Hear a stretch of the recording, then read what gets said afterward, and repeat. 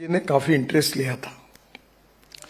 जब इसकी शुरुआत हुई तब मुझे इतना विश्वास नहीं था कि इसके कारण इसका कुछ परिणाम निकलेगा, पर अभी जब हम इसका पूरे एक्सपेरिमेंट का जब एनालिसिस किया गया तो इसमें से 31% एक्सीडेंट बचाए गए। और इसलिए सबसे इम्पोर्टेंट चीज यही है कि हमारे देश में 5 लाख एक्सीडेंट होते हैं, 1.5 लाख लोगों की करीब इसमें मौत होती है, 3 लाख लोग इंज्योर्स हो जाते हैं। पर डे 1130 एक्सीडेंट और 422 डेथ्स, हर घंटे पे 18 डेथ भारत में हो रही है। अगर इसका कंपैरिजन करेंगे कोई लड़ाई के साथ, कोविड के साथ, जातीय सांप्रदायिक दंगे, कानून व्यवस्था के कारण सब के अगर अध्ययन करेंगे तो इसकी तुलना में मरने वालों की संख्या कई गुना अधिक है। और इसलिए ये बहुत ही सीरियस विषय है कि जिसका सॉल्यूशन हमको निकालना अति आवश्यक है। देश में ऐसे भी देश है कि जहां 0% एक्सीडेंट है, एक समय वहां भी होते थे। और इसलिए स्वाभाविक रूप से हमें सबको ये कोशिश करनी पड़ेगी कि इसमें हम डेथ्स कैसे कम करेंगे, एक्सीडेंट कैसे कम करेंगे। जो हमारे इकोनॉमी का लॉस है वो करीब जीडीपी की loss of GDP to the nation 3.14%, ये भी काफी बड़ा है। जो इंडिविजुअल फैमिली का लॉस होता है, जहाँ के घर का पढ़ा लिखा लड़का लड़की उनकी डेथ होती है, वो तो बहुत बड़ा है। और इसलिए स्वाभाविक रूप से जो लोग 3 लाख लोग हाथ पैर टूट जाते हैं, वो ना नौकरी कर सकते। अनेक बार ऐसी स्थिति है कि उनकी अवस्था आर्थिक दृष्टि से बहुत बुरी हो जाती है। तो एक सोशियो इकोनॉमिक प्रॉब्लम भी बड़े प्रमाण पर हर साल देश में निर्माण हो रहा है, इतनी गंभीरता इसकी है। और वर्ल्ड में अभी हम लोग 2nd लार्जेस्ट है एक्सीडेंट में। और मुझे लगता है ये बात निश्चित रूप से हमारे लिए अच्छी नहीं है। इसमें टोटल नेशनल हाईवे जो हमारा है, इसमें देश का जो रोड नेटवर्क है उसमें से 2.4% केवल नेशनल हाईवे है। और इसमें से 36% एक्सीडेंट, 60,000 डेथ, ये राष्ट्रीय महामार्ग पर होते हैं। और इसके साथ साथ जो स्टेट हाईवे है उनमें भी होते हैं। अभी पार्लियामेंट में क्वेश्चन पूछा गया तो मैं इस स्टैटिस्टिक का अध्ययन कर रहा था, तो एक बात ध्यान में आई कि एक्सीडेंट में मेट्रो सिटी बहुत आगे है। दिल्ली, मुंबई, कलकत्ता, चेन्नई, बेंगलोर, इसकी भी संख्या बहुत बड़ी है। और इसके साथ साथ हमने ये तय किया था, पर उसमें सफलता नहीं मिल पाई, अभी भी मिली नहीं है। पर हम सब लोग मिलकर जो प्रयास करेंगे तो उसमें निश्चित रूप से कामयाबी मिल सकती है। उसमें से हमने तय किया था कि हम 2024 समाप्त होने के पहले 50% डेथ्स और एक्सीडेंट कम करेंगे।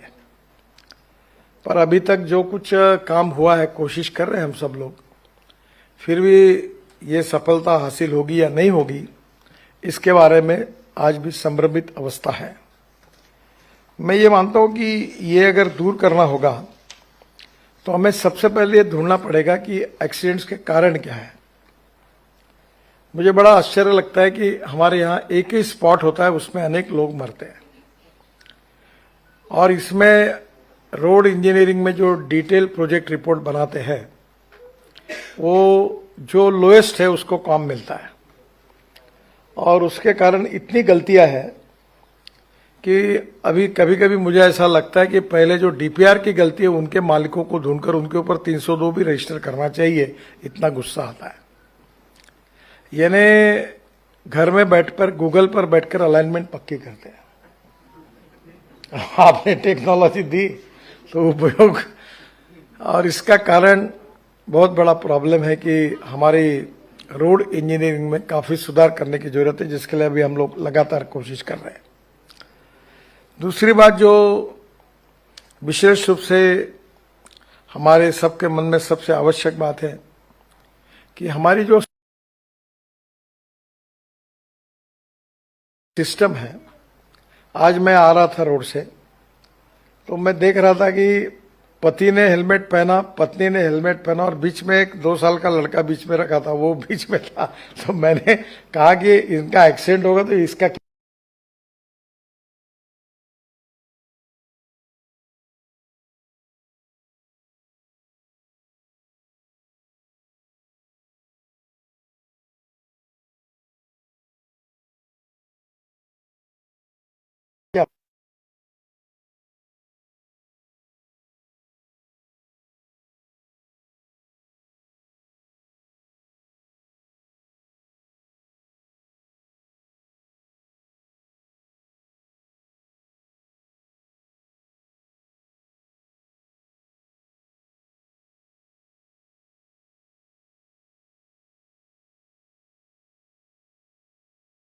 सबसे बड़ी समस्या है कि कानून के प्रति डर भी नहीं और सम्मान भी नहीं।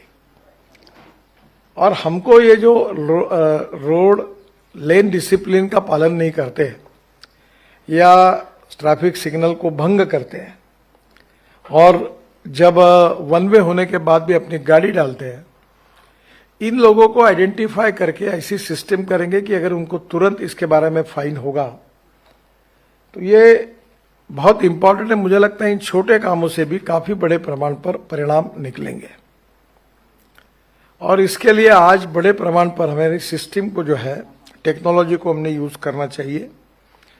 ये जो इंटेल ने AI powered technology, advance driver assistance system, ये जो की, ये तो निश्चित रूप से अच्छी है और इसमें भी ड्राइवर वार्निंग सिस्टम भी है। अब काफी सिटी बसेस में और इसमें इसका उपयोग हुआ और नागपुर में करीब 1100 एनएमसी एंड स्कूल बसेस के ड्राइवर्स को ट्रेनिंग भी दिया गया।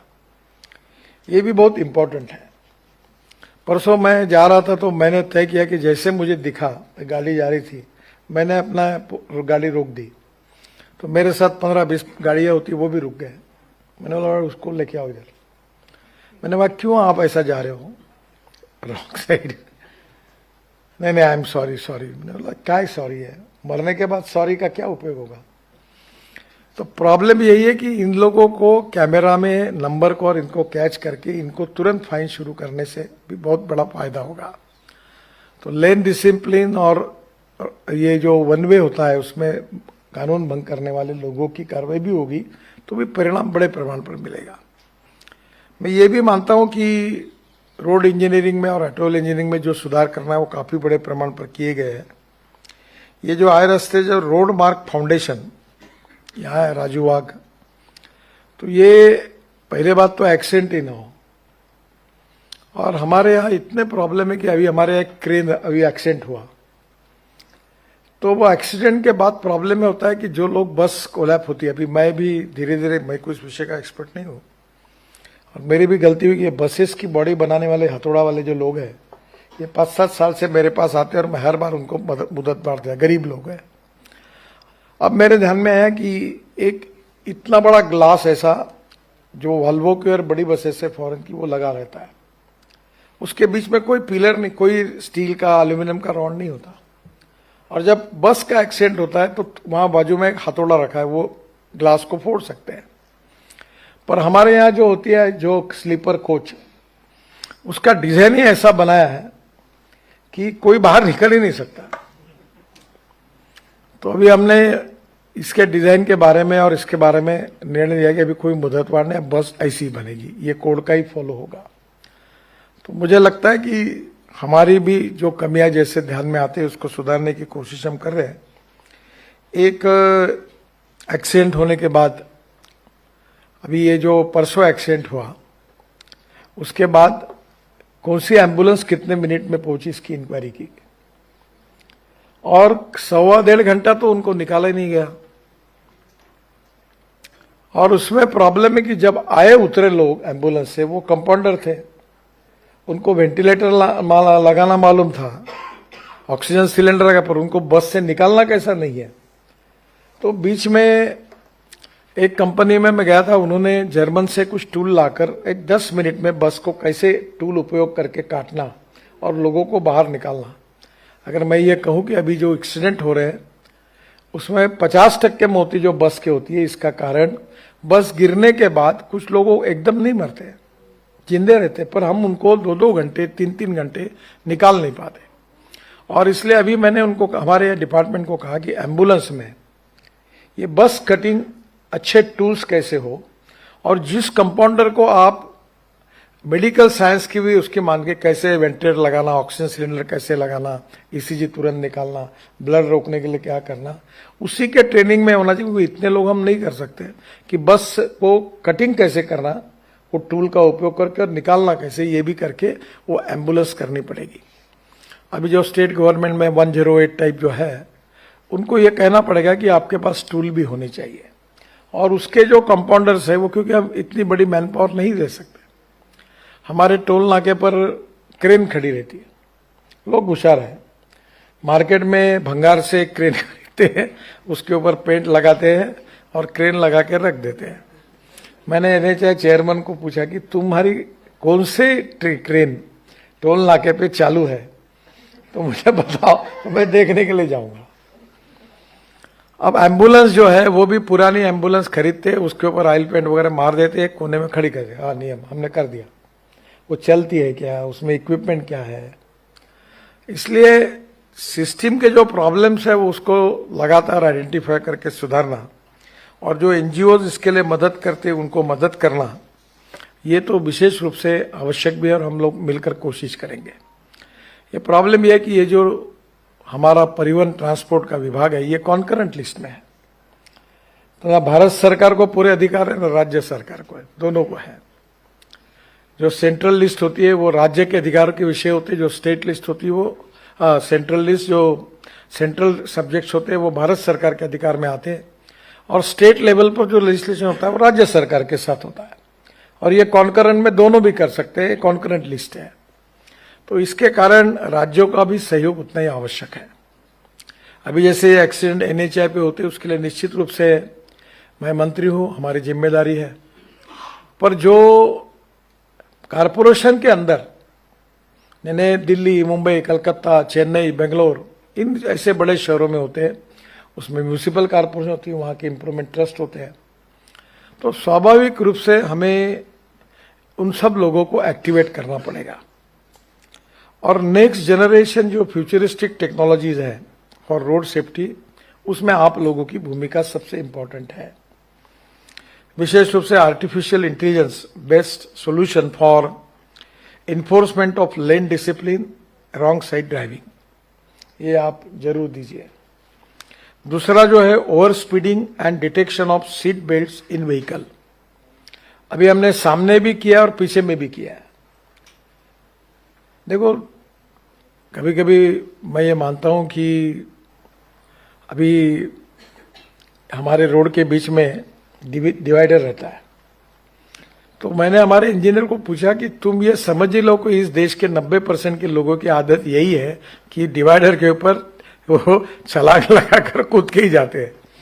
अब तो कैसे है क्या है ये बात छोड़ दो, पर तुम ऐसी परिस्थिति पैदा करो कि कितना भी बड़ा प्लेयर भी होगा और छलांग मारेगा तो भी जा नहीं सकता, ऐसी बीच में बनाओ ताकि वो जा नहीं पाएगा।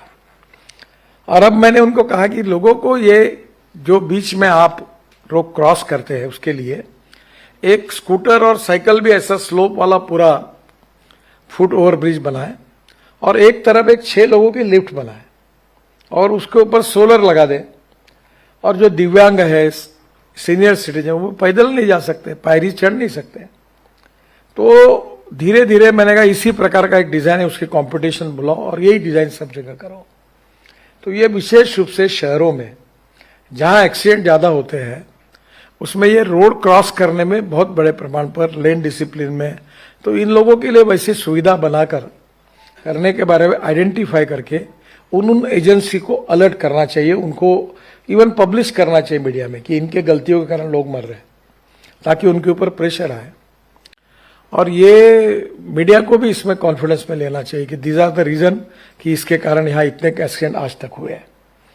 हमारे यहाँ वर्धा में नागपुर से हैदराबाद रोड पर हिंगनघाट करके गांव आता है, और वो गांव में ऐसा है कि गांव के अंदर से हाईवे जाता है, तो हाईवे जाता है तो पूरा कॉस्ट बढ़ेगी, इसलिए उन्होंने क्या किया, हाईवे बीच में उतारा और फिर 1 किलोमीटर ऐसा ओपन रखा, दोनों बाजू में गांव है, तो रोज लोग क्रॉस करते, 50 लोग मर गए।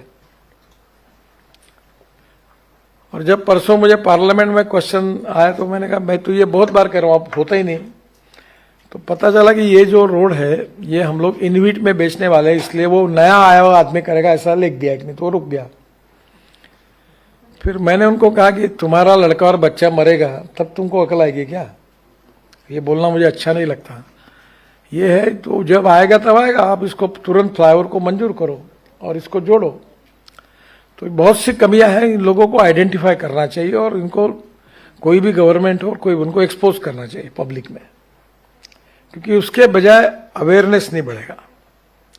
दूसरा जो है कि एक ये नया समृद्धि महामार्ग पर प्रॉब्लम है, मैंने उसका अध्ययन देखा। ये fatigue indicators and slip detectors for drivers, ये भी इसका भी स्टार्टअप में अगर रिसर्च होता है तो बहुत उपयोगी होगा और कम कॉस्ट होगी तो ही लोग लगाएंगे। अगर कॉस्ट बहुत ज़्यादा आएगी तो उसके लिए थोड़ा सा टेक्नोलॉजी का उपयोग करके कॉस्ट रिजनेबल होगी, ये देखना पड़ेगा। ये फॉरेंसिक पोस्ट क्रैश इन्वेस्टिगेशंस, ये भी इसमें भी उपयोग हो सकता है। Identification of black spots high fertility zone से बहुत इंपॉर्टेंट है। जहां जहां बार बार एक्सीडेंट हो रहे हैं वो स्पॉट्स को आइडेंटिफाई करना और अभी तक 5 साल के रिकॉर्ड में कितने लोग मरे ये पब्लिक इंफॉर्मेशन को देना।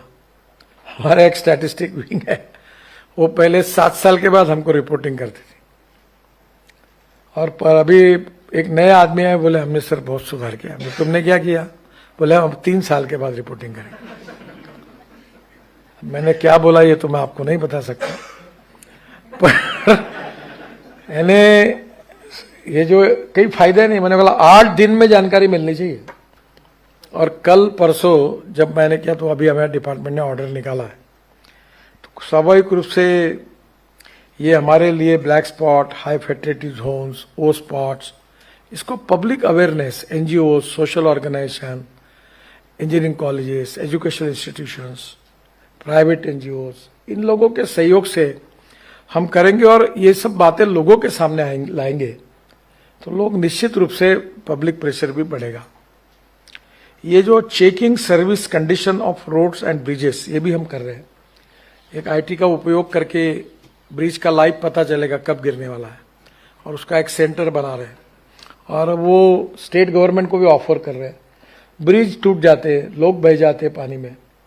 आज ही मैंने कहा हिमाचल के मुख्यमंत्री आए थे, मैं उत्तराखंड के और आसाम के भी, दोनों से मैं आज बात कर रहा था।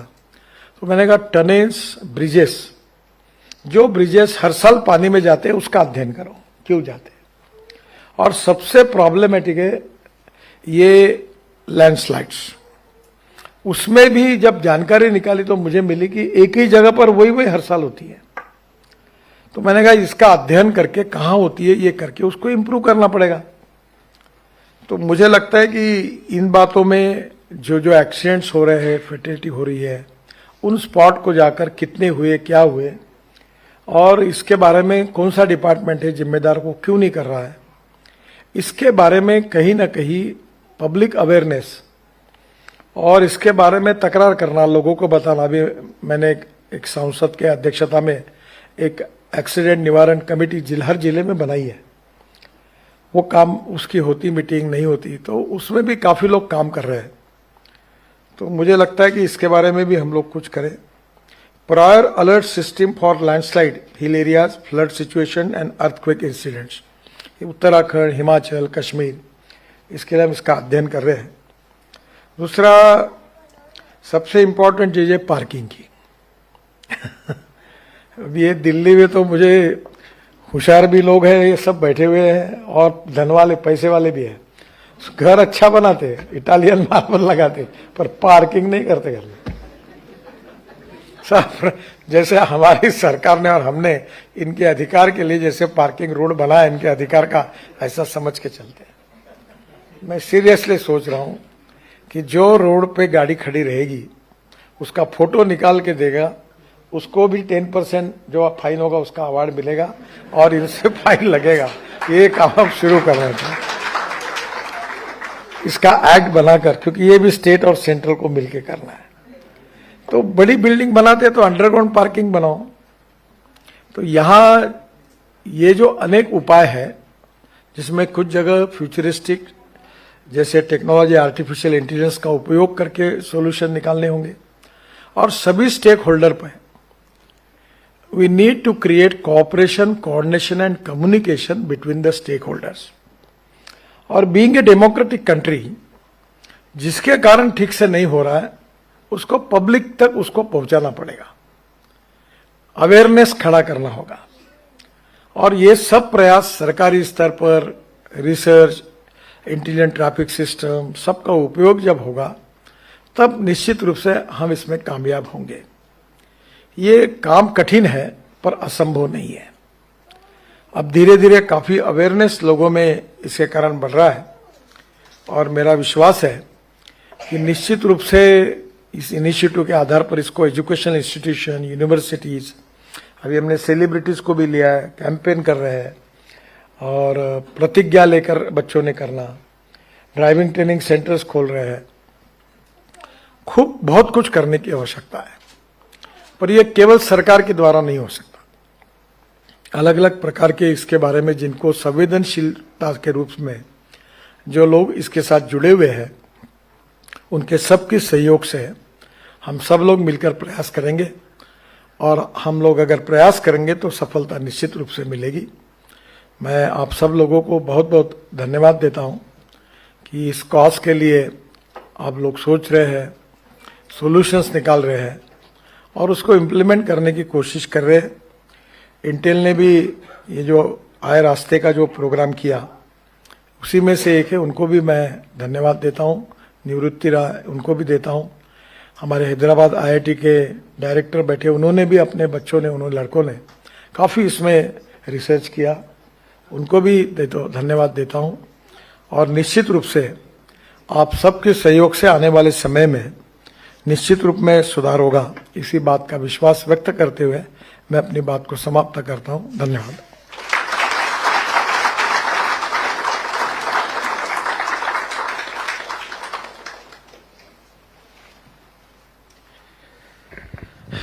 Thank you, Gadkari ji. While the Nagpur project is almost 18 months and in 2 years we'll finish it, maybe we'll extend it. We're also doing it in Telangana, where we're focused on the highways, while Nagpur is on the urban area. With the combination of these two projects, right, we hope to have a blueprint for any kind of network so that North can take it as a model to implement across the country. I request Professor Parida sir to give a small memento to